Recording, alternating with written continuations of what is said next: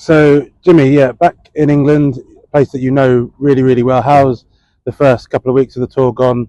Training at Tunbridge and then a game here in Beckenham. I think it's gone pretty well. Uh, we had some really good weather in that first week, Dean, and we made full use of it. We had some decent facilities at Tunbridge School, thanks to them for opening up the facility to us for the 3 days. And then we had 2 days, again, the weather permitted us 2 days of solid practice at Canterbury, the home ground for Kent County. And then we've had a game here at Beckenham in Kent again, 3 day game. And barring a bit of bad weather yesterday evening, we've managed to get a lot of solid cricket played over the last 3 days. So generally happy with what has happened so far. I guess that's the key, isn't it? At the start of a tour, just trying to get some miles in the legs for the bowlers, get some time in the middle, some balls on bats for the batters. Do you feel that in terms of that preparation, everything's gone quite well? I think so. What we would have wanted to get from the time that we've spent, we've gotten. The weather has been kind to us. We know it can get a little bit rough here weather-wise in England. So all in all, we're pretty happy with what the weather has allowed, the facilities we've been given, and what the guys have been able to do since they've come here. You touched on Canterbury and Beckenham, lots of time spent in Kent. It's a place you know well. You spent a bit of time here as a coach at Kent. Has it been nice to kind of come back, see some familiar faces and places that you recognise? It was good. It was good. You know, whatever downtime we had, I tried to catch up with a few old faces that I haven't seen in a few years, and a lot of good memories here. And yes, it's been a good start, both personally and professionally, to the tour. Yeah. Clearly, the priority is for the players to get off to a good start in this Test series. In terms of the batters, I know you've been helping out. Bit of time in the middle for guys like Kavem Hodge and Mikhail Louis, Josh De Silva, Alec Athanazi have all got some runs and some time in the middle. Has that been a real boost to see that?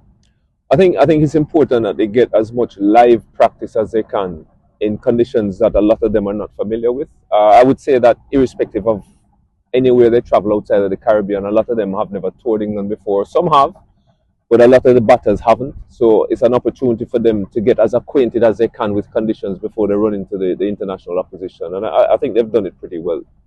What are the kind of key things about batting England that you're trying to help them with and for those guys on their first tour?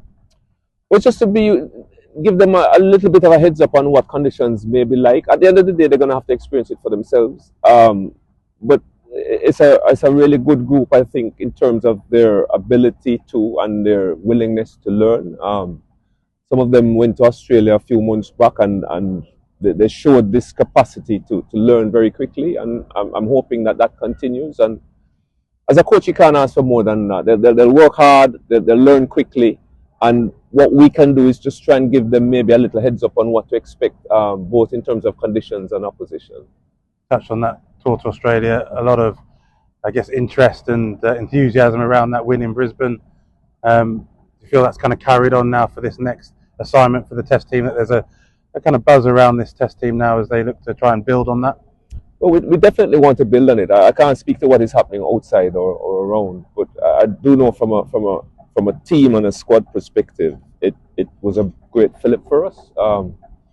Certainly when you have such a young group, you're quite keen to bed down a lot of things.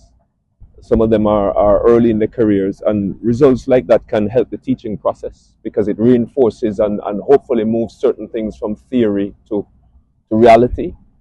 And it then means that maybe instead of having to teach in the future, you can just remind because they've been there. And nothing really is a substitute for having been in a battle, come out on the other side intact.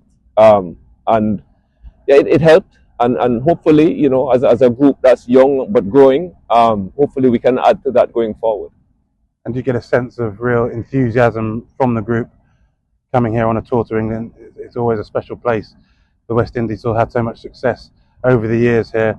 As they move to Lords for that first Test, is it a real excitement for them to get stuck in and give it a good go?